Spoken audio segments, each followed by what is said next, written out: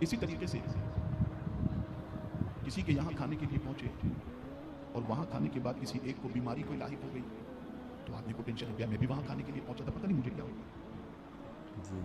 کوئی flight suddenly crash ہو گیا اور دوسرے دن آپ کو سفر کرنا ہے تو گھر والے آپ سے کہیں گے مت جانا، کل فلائٹ کریش ہو گئی۔ تو اس قسم کی باتیں بھی ہوتی ہیں، لیکن مین اسٹریس جو ہے اس وقت پوری دنیا میں جو یوتھ کے اندر یا انسانوں میں پایا جاتا ہے، اس کے 3 فیکٹر ہیں اور اس کی 3 چیزیں ہیں، 3 جگہیں۔ یا ایجوکیشن کے اندر اس کو ناکامی کا ڈر ہے، یا ایجوکیشن کے اندر وہ فیل ہو رہا ہے، یا اس کے پاس ڈگری ہے اور وہ اپنے کام میں کامیاب نہیں ہو پاتا، تو اس کی وجہ سے اسے ٹینشن لاحق ہوتا ہے اور وہ رات کی نیندوں کو گنواتا چلا جاتا ہے۔ اور کبھی ایسا ہوتا ہے کہ وہ انسان یا غلط راستے کا شکار ہو جاتا ہے، یا قدرت کے سلسلے میں اس کی زبان بے لگام ہو جاتی ہے اور وہ جو جی میں آیا اپنے رب کے سلسلے میں بکنا شروع کر دیتا ہے۔ دوسرا ٹینشن کا فیکٹر ہے بزنس، کہ ایک انسان پر بزنس کا ٹینشن ہے، کاروبار کر رہا ہے، کرایہ اسے دینا ہے، رینٹ دینا ہے، یا کروڑوں کا مال اس نے بھر لیا، پیمنٹ دینی ہے، اور اس کے پاس بزنس نہیں ہے، سیلنگ نہیں ہے، پیمنٹ دینی ہے، اس کے ٹینشن کے اندر وہ بھولتا چلا جاتا ہے، اور پھر اس ایک چیز سے اتنے ٹینشن پیدا ہوتے ہیں کہ پھر وہ انٹرسٹ سے پیسے لیتا ہے، پھر زیور گروی رکھتا ہے، پراپرٹی گروی رکھتا ہے، اور پھر اس کے بعد اس ایک ٹینشن کے سولوشن کے لیے نہ جانے کتنے اور ٹینشن کو وہ جنم دے دیتا ہے، اور ٹینشن پڑ جاتی ہے۔ تیسری چیز فیملی لائف، فیملی لائف، انسان اپنی فیملی لائف سے سیٹسفائیڈ نہیں ہے، یا یوں سمجھیں آپ کہ وہ گھر پہنچتا ہے تو بیوی کا چہرہ چڑھا ہوا ہے، یا اس کی بیوی کے حوالے سے اسے کوئی غلط انفارمیشن مل رہی ہے، یا ماں اور بیوی کے درمیان جھگڑا ہوتا ہے، یہ ساری چیزوں کو لے کر کے اسے ٹینشن لاحق ہوتا ہے۔ اور ایک اور چیز بھی ہوتی ہے کہ شادی آپ نے اپنی پسند سے کر لی اور اس کے بعد سچویشن یہ ہوئی کہ وہ سر پر چڑھ کر ناچنے لگی، تو پھر گھر میں ٹینشن شروع ہوتی ہے، اور پھر نہ آدمی کو جیے بنتا ہے اور نہ اس ٹینشن کے سولوشن کے لیے اسے کوئی راہ نظر آتی ہے۔ اب یہ 3 چیزوں کو جو موٹی موٹی چیزیں تھیں میں نے آپ کے سامنے رکھی، آپ اس کی برانچز پر توجہ دے سکتے ہیں اور غور کر سکتے ہیں۔ فیملی کو اگر لیں گے تو ماں باپ بھی آ جائیں گے، بچے بھی آ جائیں گے، بیوی بھی آ جائے گی، بیٹی بھی آ جائے گی، یہ سب کے سب اس کے اندر آ جائیں گے، فیملی میں رشتہ دار بھی آ گئے، سب کچھ آ گیا۔ تو یہ بھی ایک ٹینشن ہوتا ہے انسان کے دماغ پر، بچے کی شادی کرنی ہے، ایج زیادہ ہو گئی، رشتہ نہیں آ رہا ہے، ٹینشن ہو گئی۔ شادی کرنی ہے، جہیز کا انتظام کیسے ہوگا، سوسائٹی میں اسٹیٹس مینٹین کرنے کے لیے نام ہے تو اسی اعتبار سے شادی ہونی چاہیے، اگر نہیں کریں گے تو لوگ کیا سوچیں گے، اب بھلے ہم بینک سے قرض لے کر کے کریں لیکن ان کو کرنا ہے۔ تو یہ ساری چیزیں سوسائٹی کے اندر، لائف کے اندر انسان کے یہ معاملات آتے ہیں، اور انسان اس کے اندر پھر گھلتا چلا جاتا ہے، پریشان ہوتا چلا جاتا ہے، بیمار ہوتا چلا جاتا ہے، اور کبھی ایسا بھی ہوتا ہے کہ ایسی چیزوں کا عادی بن جاتا ہے جو چیزیں اس کی دنیا اور آخرت دونوں تباہ و برباد کرتی ہیں۔ میرے پیارے آقا صلی اللہ تعالی علیہ وسلم کے صلی پیارے اللہ تمام، تعالیٰ علیہ وسلم، ہمیں یہ سمجھنا ہے کہ رب قدیر جل جلالہ نے قرآن و حدیث کی روشنی کے اندر ٹینشن کے سولوشن کے لیے کیا کیا ارشاد فرمائے۔ آپ ٹینشن کے حوالے سے بہت سارے ٹینشن سمجھ سکتے ہیں، کسی ہمارے بیٹے کو اللہ نہ کرے، سوسائٹی میں کسی کے بھائی کو اللہ نہ کرے غلط صحبت مل گئی، ڈرگس کا عادی بن گیا، اس کا ٹینشن۔ ایک اور ٹینشن کا سبب ہوتا ہے کہ ہمارے گھر میں یہ ہو رہا ہے، دنیا کیا سوچے گی، ہم منہ دکھا سکیں گے کہ نہیں دکھا سکیں گے، یہ ساری چیزیں، لیکن ساری چیزوں کا ریلیشن فیملی سے، بزنس سے اور ایجوکیشن سے، یہ 3 چیزوں کا معاملہ آپ دیکھیں گے تو میجر یہ 3 چیزیں ہوتی ہیں جس کی وجہ سے انسان ٹینشن کے اندر ہوتا ہے۔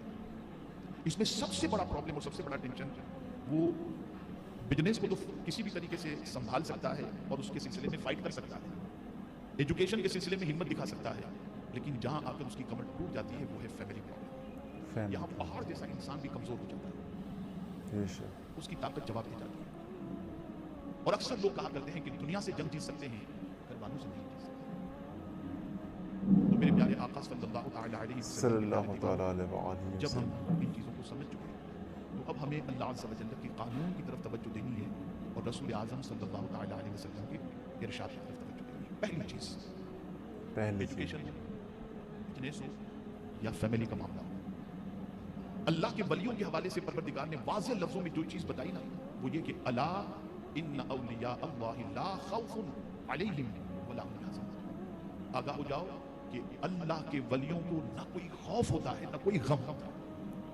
سب سے عظیم چیز جس کے اندر پوری دنیا ڈوبی ہوئی ہے، اللہ کے ولی ان ساری چیزوں سے بے نیاز ہوتے ہیں، وہ ٹینشن لیس ہوتے ہیں۔ غم اور خوف کو میں تھوڑا سا سمجھا دوں۔ غم کا تعلق پاسٹ سے ہے اور خوف کا تعلق فیوچر سے ہے۔ پاسٹ میں کوئی چیز ہو گئی، اس کا غم ستا رہا ہے، اس کا ٹینشن ستا رہا ہے، اور فیوچر میں کوئی چیز کے حوالے سے ہم سوچ رہے ہیں ایسا پاسبل ہے، ہو سکتا ہے، جیسے آج پوری دنیا کا مسلمان سوچ رہا ہے کہ آنے والے دنوں میں پتہ نہیں کیا ہوگا. تو فیوچر کا سوچ کر انسان خوفزدہ ہوتا ہے, اور ان دونوں چیزوں سے اللہ عز و جل اولیاء کرام کو بے نیاز کر دیتا ہے. اور یہی وجہ ہے کہ کربلا میں امام حسین کے ساتھ 22,000 کا لشکر تھا, امام کو خوف نہیں, بے شک خوف نہیں تھا. نہیں تھا. اے رسول اعظم صلی اللہ تعالی علیہ وسلم کے پیارے دیوانوں, یہ بے خوفی کی وجہ کیا تھی؟ یہ بے خوفی کی وجہ کیا تھی؟ یہ ٹینشن لیس ہونے کی وجہ کیا تھی؟ آپ اسی طریقے سے خود حضور صلی اللہ تعالی علیہ وسلم کی لائف کو دیکھیں. ایک فیملی لائف کے اعتبار سے میں آپ کو سمجھاؤں. فیملی لائف, اللہ کے رسول صلی اللہ تعالی علیہ وسلم کا معاملہ یہ تھا کہ تاجدار کائنات صلی اللہ تعالی علیہ وسلم کی رفیق حیات محبوب مصطفیٰ صلی اللہ علیہ وسلم ام المؤمنین حضرت عائشہ صدیقہ رضی اللہ تعالی عنہا, جو سرکار کی وائف تھی, چہیتی وائف تھی, ان کے سلسلے میں الزام لگایا گیا, ان پر بہتان لگایا گیا, اور ان کے سلسلے میں رومر پھیلائی گئی. آقا کریم صلی اللہ تعالی علیہ وسلم نے صبر کا دامن تھاما اور رب قدیر جل جلالہ کے حکم کا انتظار کیا, اور قدرت کی طرف سے. یہ بات ہمیشہ یاد رکھیے گا, یہ جو میں بات بتانے جا رہا ہوں لائف میں کبھی بھولیے گا نہیں اسے. یہ ایسا سبق میں آپ کو سکھا رہا ہوں کہ اگر اسے آپ نے یاد رکھا تو لائف میں انشاءاللہ لازم ایک بہت بڑا ٹینشن آپ کا حل کرتا ہے. ام المؤمنین حضرت عائشہ صدیقہ رضی اللہ تعالی عنہا پر جب الزام لگایا گیا تو سرکار صلی اللہ تعالی علیہ وسلم ام المؤمنین حضرت عائشہ صدیقہ رضی اللہ تعالی عنہا سے فرماتے ہیں, عائشہ تمہارے بارے میں یہ بات کہی جا رہی ہے, تمہاری اس سلسلے میں کیا رائے ہے؟ قربان جائیے, انہوں نے ایک آیہ کریمہ کی تلاوت کی, اور وہ آیہ کریمہ میرے کریم کو اتنی پسند آئی کہ حضرت عائشہ صدیقہ رضی اللہ تعالی عنہا کے پاک دامن ہونے پر قرآن کی آیتوں کا نزول شروع ہو گیا. سبحان اللہ, سبحان اللہ. یہاں قرآن ہمیں مزاج دے رہا ہے, if you are right, you are perfect, don't take attention. آپ اگر اپنی جگہ پر پرفیکٹ ہیں, سچے ہیں, اور آپ سے کوئی جرم نہیں ہوا, تو وہ کیا کہے گا, وہ کیا سوچتا ہوگا, لوگ یہ کہہ رہے ہیں, ایسی باتیں پہلے کوئی ٹینشن مت لیجیے. آپ کے عزت کی حفاظت اور صفائی کا ذمہ قدرت نے اپنے دستے میں. سبحان اللہ. یہ قدرت کا نظام ہے. بے شک. شرط یہ ہے کہ آپ اپنی جگہ پر رائٹ ہوں, آپ اپنی جگہ پر پرفیکٹ ہیں. تو ایسی سچویشن کے اندر ٹینشن لینے کی ضرورت نہیں. یہ قرآن کا وائف کے سلسلے میں حضور صلی اللہ علیہ وسلم کی اتنا بڑا مسئلہ ہوا, لیکن سرکار صلی اللہ تعالی علیہ وسلم نہ دین کا کام چھوڑے, نہ حضور صلی اللہ علیہ وسلم نے عبادت چھوڑی, نہ حضور صلی اللہ علیہ وسلم نے اپنا مشن چھوڑا, نہ حضور صلی اللہ علیہ وسلم نے کوئی کام چھوڑا. اس سے پہلے کا بات ہے, انسان کو جان کا جب خطرہ ہوتا ہے تو اس کا ٹینشن زیادہ ہوتا ہے, اور اس میں وہ انسان پریشان ہوتا ہے.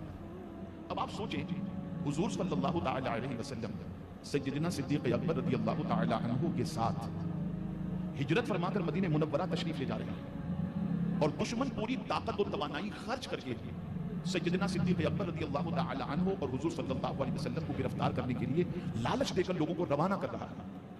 لوگ روانہ ہوں. اب آپ سوچیں, سرکار صلی اللہ علیہ وسلم اور صدیق اکبر رضی اللہ تعالی عنہ مائگریٹ ہو کر مدینے جا رہے ہیں. غار ثور میں حضور صلی اللہ علیہ وسلم اور سیدنا صدیق اکبر رضی اللہ تعالی عنہ دونوں ہوتے ہیں. غار کا دہانہ کھلا ہوا تھا. صدیق اکبر رضی اللہ تعالی عنہ کی نظر دشمنوں کے پیر پہ پڑ جاتی ہے کہ دشمن غار تک پہنچ چکا ہے. اللہ اکبر. تو صدیق اکبر رضی اللہ تعالی عنہ نے کہا, یا رسول اللہ صلی اللہ تعالی علیہ وسلم, اگر دشمنوں نے ذرا گردن چکائی تو ہمیں دیکھ لیں. آپ سوچیے کتنی ٹینشن والی پوزیشن تھی. دونوں کے بچنے کے بظاہر کوئی امکانات نظر نہیں آ رہے تھے, اور ڈر تھا کہ کہیں دشمن آ کر کے گرفتار کر کے شہید نہ کر لیں. لیکن قربان جائیے, ایسی سچویشن میں حضور صلی اللہ علیہ وسلم نے ٹینشن کو, اسٹریس کو سرکار نے کیسے دیا؟ کون سا علاج حضور نے فرمایا؟ صدیق اکبر کا فرمایا, لا تحزن ان اللہ معنا. ابو بکر غم نہ کرو, اللہ ہمارے ساتھ ہے. بے شک. اللہ سبحان ہمارے ساتھ ہے. یہ اتنا زبردست سینٹنس تھا سرکار کی طرف سے صدیق اکبر رضی اللہ تعالیٰ عنہ کو کہ قرآن نے اسے اپنے سینے میں جگہ دے دی, اور حضور صلی اللہ علیہ وسلم کے اس فرمانے پر صدیق اکبر رضی اللہ تعالیٰ عنہ کا ڈر بھی ختم ہوا, خوف بھی ختم ہوا, ٹینشن بھی ختم ہوا, اسٹریس بھی ختم ہوا, اور یہ یقین مزید پختہ ہو گیا, وہ زندگی دینا چاہے تو کوئی مار نہیں سکتا, اور وہ مارنا چاہے تو کوئی زندگی دے نہیں سکتا. بے شک. سبحان اللہ. آپ ان چیزوں کو پڑھیں, ان چیزوں کو سمجھیں میرے پیارے آقا صلی اللہ تعالی علیہ وسلم کے پیارے دیوان. اسی طریقے سے آپ دیکھیں, آقا کریم رؤوف الرحیم علیہ التحیۃ والتسلیم نے جب اسلام کی دعوت کا سلسلہ شروع کیا تو سرکار صلی اللہ علیہ وسلم کی 2 بیٹیوں کا نکاح, میں لائف کے حوالے سے بتا رہا ہوں, فیملی لائف کے حوالے سے, تاکہ آپ سمجھ سکیں. 2 بیٹیوں کا نکاح ابو لہب کے بیٹوں سے ہوئے تھے. رخصتی نہیں ہوئی تھی, ایک چھوٹی کے لیے نکاح ہو گیا تھا, ابھی رخصتی نہیں ہوئی تھی. حضور صلی اللہ علیہ وسلم نے اسلام کی دعوت جیسے ہی دی, ابو لہب نے اپنے بیٹوں سے کہا کہ تم محمد صلی اللہ علیہ وسلم کی بیٹیوں کو طلاق دو. انہوں نے طلاق دی.